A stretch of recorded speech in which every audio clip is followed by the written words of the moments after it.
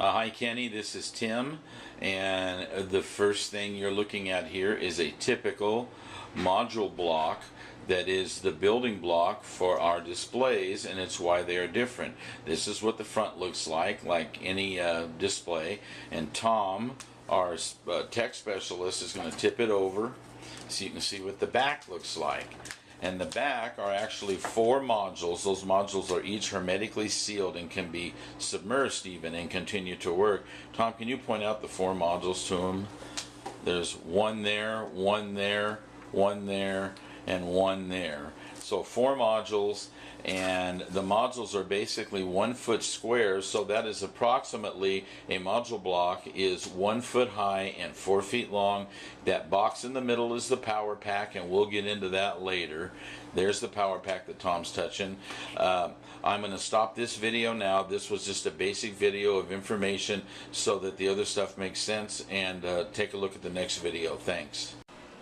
Hey Kenny, we're back with you with the second video.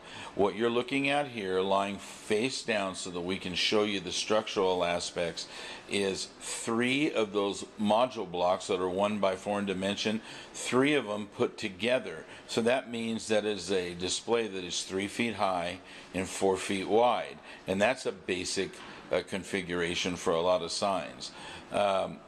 The signs are affixed to one another with the use of a plate, and I'm going to focus in on that plate right here on the end, and there's what the plate looks like.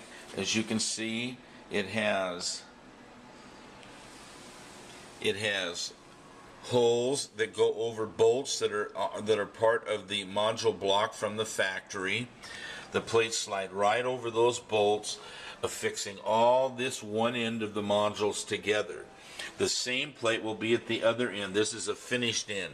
If this were if we had to add a 2-foot extension to this to make it a 6-foot sign, we would use another type of plate that has holes on both sides so that you could attach another length of modules to a display.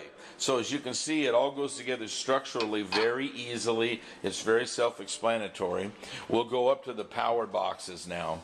The power boxes are easy to tell which module goes where when you assemble a screen. The top power box in this screen is the one that Tom is touching now, and on the side you'll see one hole that's opened. Okay? That's because wires from that power box have got to go out and go into the next power box. And those wires are all bundled up in there. They go through like that. They go through a holder, an enclosure that protects them. You've got another group of wires, okay? Another wire. They'll go through an enclosure. It's very simple. It's just a hollow enclosure, but it protects them. So they go through this enclosure, as you can see Tom doing.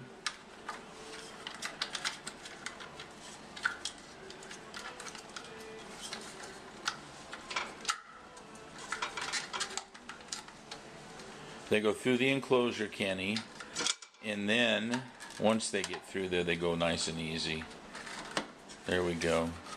And as you can see, that enclosure allows you to insert the other end of the wires. The enclosure snaps right onto the frame, so it looks really classy, really cool. And the wires get to go right into the top box of the next power box on the next module block down.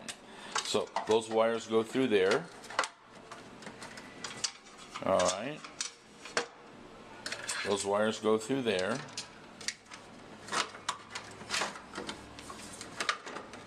This snaps into place, and as you can see, everything looks really cool, really precision. You screw them in with screws right there that Tom's pointing out. And now those wires, I'm going to zero in, I'm going to zoom in. I'm not the greatest videographer, but I'm going to get real close, because as you can see, these wires that came in from the top box, one wire will go to this little block right here. You take off,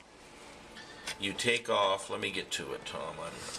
You take off the top plastic cover, and then there's 3 little blocks, color coordinated, white, green, and black.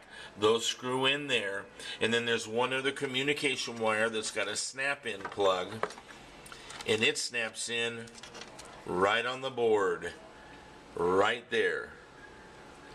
And then you would take, so now this module, the top module, is now wired and connected to the second module. Now we're going to connect the second module to what would be the bottom module. Now notice the power box here in the middle, Kenny. You always know that that module block is a middle module block because it has 2 holes in it. One for the wires to come from the top box, and then one to exit wires to hook it up to the bottom module block. The bottom module block is easily identified because it has a hole at the top where the wires from the second module block will go in and hook up just like we did before, but also there's a bigger opening, 2 larger openings that are quite different. The large opening, a cable will run from that to our line dispensing unit or our power box, and it just plugs in just like that. We'll go to that in just a second. The other smaller opening there where Tom is working is for our wireless Wi-Fi connection. And again, it just plugs in.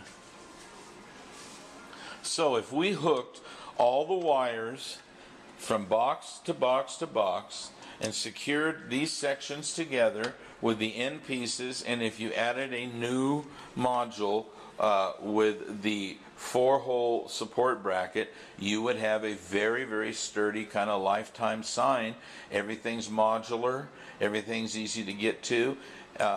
This only takes a few minutes, probably a 15-minute process, and you're hooked up. And I'm going to go back to another video in just a moment. Here's another backward shot of it, but it's quite easy to do, Kenny. I would lay out a sign complete, get it all assembled structurally, run the wires, and you're ready to go. Well, Kenny, here's another video, and in this one we're going to kind of go through hooking up the power and the communication cable from the block of module blocks that we just showed you assembled, and it's all pretty simple. So Tom will show you there's a wire or a cord that comes out of the bottom power pack on the sign.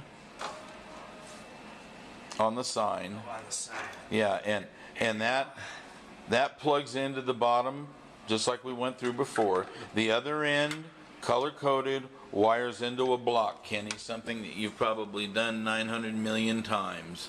Wires into a block. Into that same block is a second wire.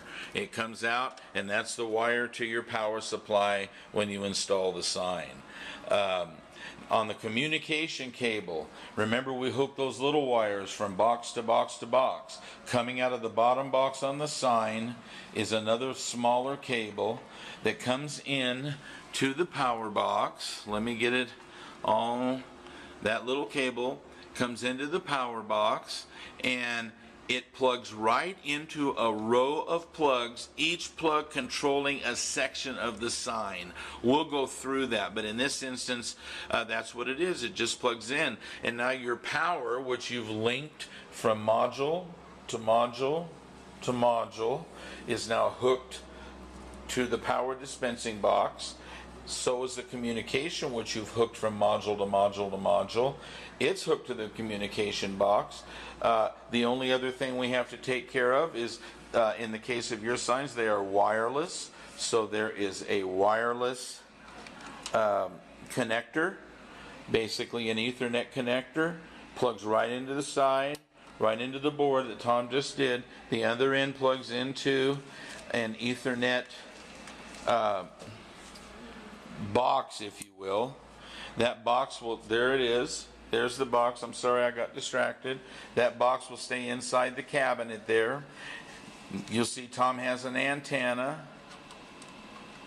That antenna is a broadcast antenna that screws right into the back of the internet box or the wireless box. This is Netgear wireless transmission equipment, very popular. It's used in a lot of applications.